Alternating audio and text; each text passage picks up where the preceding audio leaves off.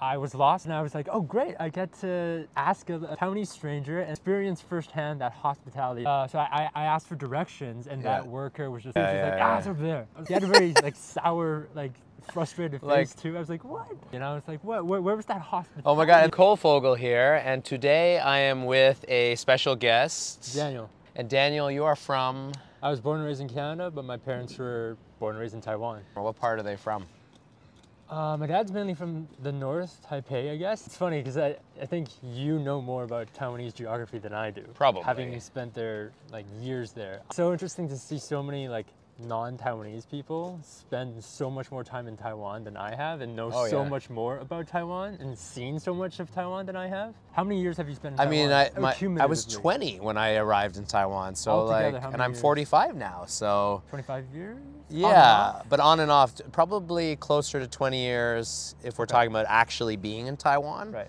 But since 1999 till present time. This is kind of a basic question, but what are some of the culture shocks for you? That you were like, when I arrived in Taiwan, I mean the scooter culture, obviously. But what about with people and social expectations? I mean, communication was obviously a big one for me, and I would say I still don't speak the level of Chinese that I would like to be able to speak. Yeah. But being an English teacher for so many years, I'd be at schools where they would have a no Chinese speaking policy. I've heard of that. Try to practice, you know, you'd get a manager or a boss giving you attitude, like. That's weird. I don't know if I agree with that. And I think it makes the kids feel more comfortable if you can speak their language a little bit. It makes them feel closer to you. Yeah, that might be a dumb rule. Current boss, thankfully, she's all good with me using it as much as I want. Yeah. And sure enough, it is what I just said. They do feel closer to me because I speak a little bit of Chinese.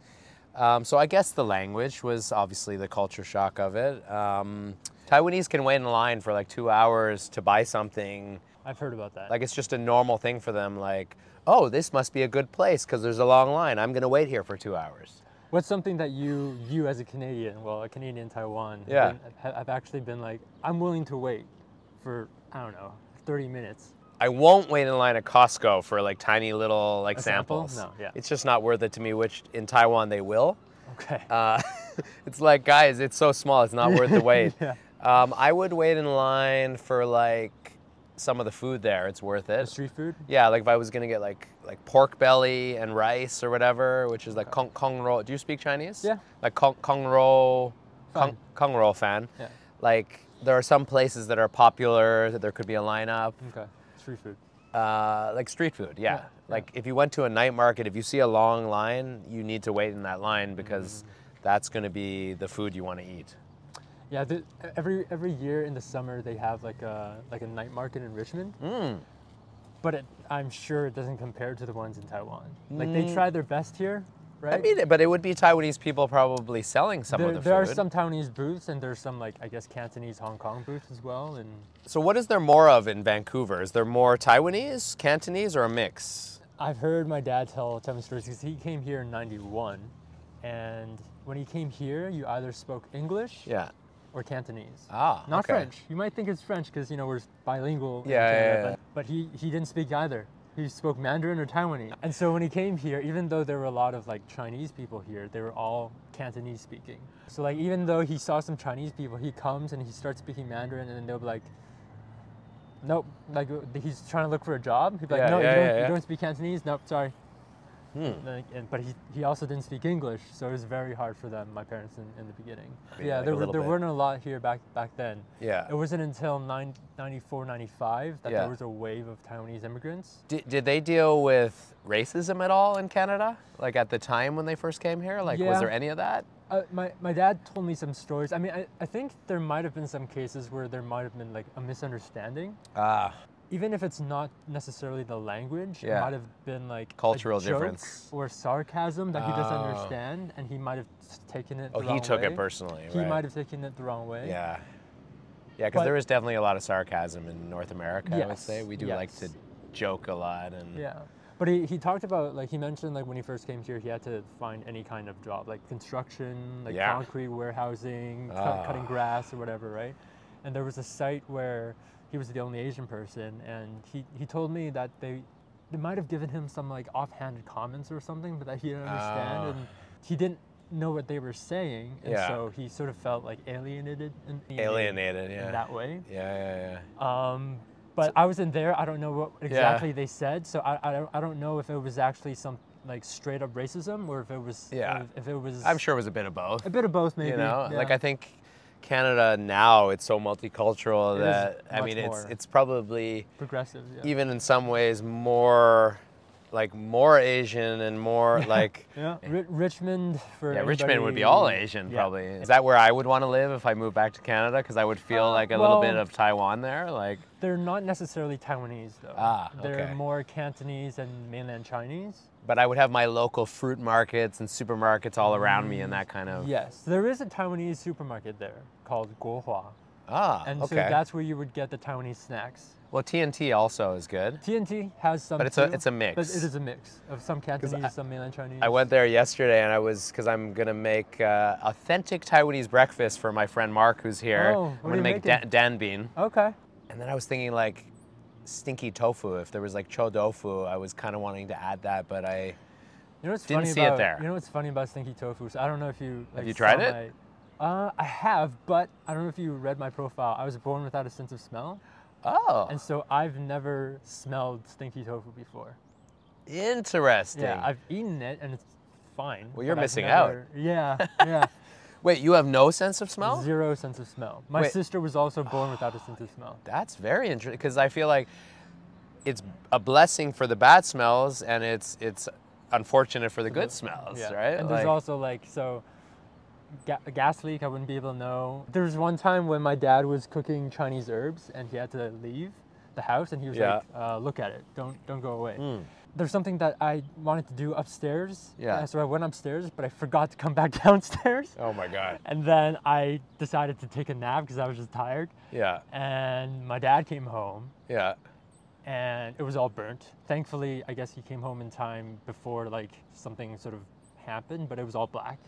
And he was like, didn't you smell the smoke? And I was like, oh, no, I didn't. Dad, did you remember I don't have a sense of smell? Yeah. So I have taste buds. I can taste, but... Yeah, so you can appreciate flavor. Yes, but I have to put it in my mouth before I sense anything. What a weird thing. Yeah. Like to appreciate flavor, but not... Not the smell. Even if you put it here, I can't sense anything. I have to put it in my tongue. You get a lot more flavor if you can smell. Taste is 15 to 20%, and then the other 80% is the smell. Interesting. Yeah. Sorry, do you live on your own? Do you live with your family still? I'm with my family right now. Which is a very Taiwanese thing, right? To be, it's cheaper to live with your family. Yeah, especially in Vancouver. And I like, especially in Vancouver, and I like Taiwanese culture, like to take care of your parents when they get older. Yeah. Because Canadians are just like, send them to an old age home in a lot of cases. Yeah. Who does most of the cooking when you're eating at home? Ooh, I mean, my dad's a chef. Whoa. Yes, but he doesn't like to cook. He doesn't cook as much as at home because he's sort of tired when he gets home. Okay, but next time I come back to Vancouver, I want to go over to your house. I'm inviting myself over. I want to meet your parents and I want them to cook for me. That would be very cool. They actually opened like one of the first full-on like Taiwanese restaurants in the area. I don't know if I mentioned that before. Oh my God, why did I not make a video there? Maybe. Oh yeah. Okay, well, no, that's my next trip here. Yeah, where are they? They're in Richmond? Or? East Van. East Van. Yeah. When your mom or your dad cook at home, is it more Western food or a mix? So it's funny. Even though I was born and raised here, like 95% of the food that has entered my mouth has been Taiwanese. Cool. My favorite food is like the kong ro, like the pork belly. Oh, I just it's so good. It just melts. Or nioro mian. That's not bad. I used to like, I mean, Bing is pretty, it's plain. There's nothing necessarily special on it. That's a good snack. What's that in English? Bing is? It's like scallion pancake is what they call it. Which is actually what I'm using for the dan bean when I make it for my friend. So what's your favorite Taiwanese food? So I like Yansuji. Bing's not bad. Niumian's not bad. How about some of the baozi, like the mantou or like the steam buns? I'm not a bao person. Yeah. I used to really like. It's a lot of carbs. Guabao. Yes. Did you watch my guabao video? No, I didn't see it. Okay, you need to check out my guabao video. Guabao is one of my favorite. Okay. Oh my God, it's so satisfying. When I was a kid, I really liked the peanut powder. Yeah. Until one time I had it. but it was not sweet. And I was like, wait, what happened? And until then, I realized, oh, they added sugar. Yeah, I wish they could avoid the sugar part. Yeah, but I didn't realize like what I liked as a kid was the sugar part. That's what I was loving. We're all addicted to sugar growing up. Yeah. What's your dad's name? His first name? Calvin. Like, I wonder what that was like for Calvin, like when he, like probably like it was for me in Taiwan in 1999. Calvin, you said 91, 92? 91, yeah. Like displaced and just like. How old were you when you? I was like 19 or 20. Oh, okay, so younger than him. He was like 29. But Taiwanese people, I think the experience would have been more warming to me than maybe it was for him here, because they love foreigners in Taiwan. They're overly hospitable. They're overly generous. Yeah, there's a different. They will go out of their way, and if like you're asking for directions, they'll even like get on the back of my scooter and take you to the place and like take an hour out of their day just to help you. Yeah, I've heard of that. I don't know if that would happen here. You know what's funny about that though? Yeah. I went back to Taiwan last time in 2015. Yeah, I want to hear, tell me about your experience going back. And so I heard about this hospitality in Taiwan, and I was excited to experience it. But you are Taiwanese looking. They didn't know that I was a foreigner, so I didn't get it. Yeah, no, they didn't give it to you. So I got off the plane. Was it Taoyuan? I think it was Taoyuan. I think near Taipei? Yeah. Yeah, Taoyuan. Probably that one. And I was lost. I rode the plane like by myself. I was lost. How old were you on this trip? I would have been 20. So I was lost, and I was like, oh great, I get to, to ask a Taiwanese stranger and experience firsthand that hospitality that I've heard so much about. Oh, so you approached them in English. I approached them. Yeah, that's what I should have done. That was your mistake. If you spoke Chinese, you messed your... That's what I should have done. Yeah. I spoke in Mandarin, and maybe it was because I didn't have much of an accent when I speak Mandarin, because I think my accent's pretty good. So I asked for directions, and that worker was just like, it's over there. And maybe that was my mistake. I should have spoken in English, but he was just like, it's over there. I was like, whoa, like, and he had it's okay. He had a very like sour, like frustrated face too. I was like, what? And I was like, what? Where was that hospitality? Oh my God! And then if I walked up to the same guy, he'd say, oh, Nabian over there, and like maybe he was just having a bad day. He might have been having. You were also in the north, and I think the more south you go, the more relaxed the energy is. I've heard. And I live in like the south. Almost as south as you can go. I'm in Kaohsiung, then you have Pindong, which is the farthest south. How long were you there when you went back to visit? A couple weeks. I think your parents miss Taiwan? Oh yeah, when I was a kid growing up here, every morning at breakfast, my mom has Taiwanese news on the side, like there's a news station, right? Every morning, there's a car accident. Oh my God! Oh my gosh! She's watching Taiwanese news every morning. Every morning, just has it on What's your mom's name? Jenny. Jenny, don't watch the news. First of all, any news, it like rots your brain. All news rots your brain. I grew up with that. And they show like cartoon images of the accidents. Of what happened. And it's why do I need to know that level of detail? But I had that growing up, like every day. That would terrify you. That made me so scared of like getting on a scooter. Oh my God. Time. I was just like, I don't, like this is the famous scooter where I might die if I get on this scooter. So like. I prefer car to scooter. I have both. Yeah.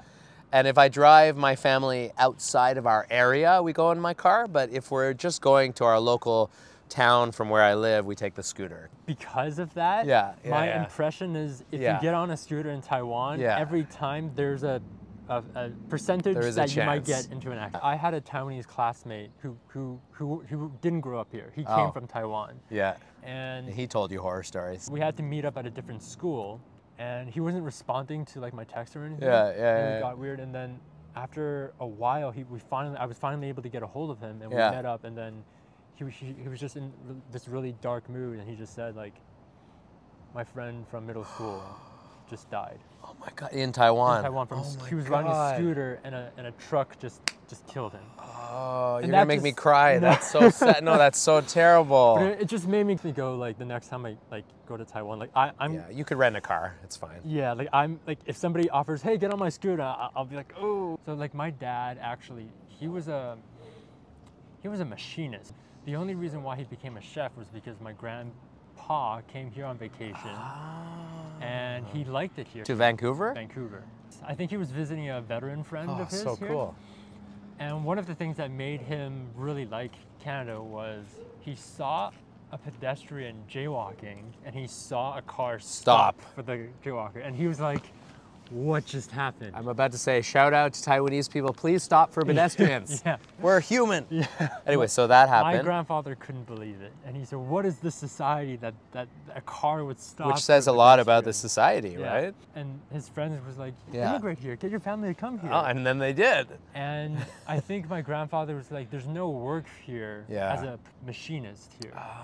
But if you learn how to cook, you might be able to open a restaurant here or something. So that's what he did. And so he called my dad in Taiwan. He was like, you're going to drop whatever you're doing, go to a restaurant, start to learn how to cook. Wait, this is 91, 92 that you were talking about, or earlier? This would have been in like 86. Oh, wow. And he spent like 3-4 years just learning how to cook. In Taiwan? In Taiwan. And then moved. To come here. But my dad didn't want to do that. But he was sort of forced to. Calvin, you did eventually. Yeah, he did. But he was successful at something he didn't want to do. Which is so many people. Yeah, that kind of like had a huge influence over me where like I had to do something, I have to be successful at something I don't want to do. Like that was always sort of like a mantra that I which is most people everywhere. Yeah. Grandpa moved here when? I think 86. Wow, so cool. 86. And eventually your dad came in the 90s. Yes. With your mom. Yes. And then they opened a restaurant. In 93.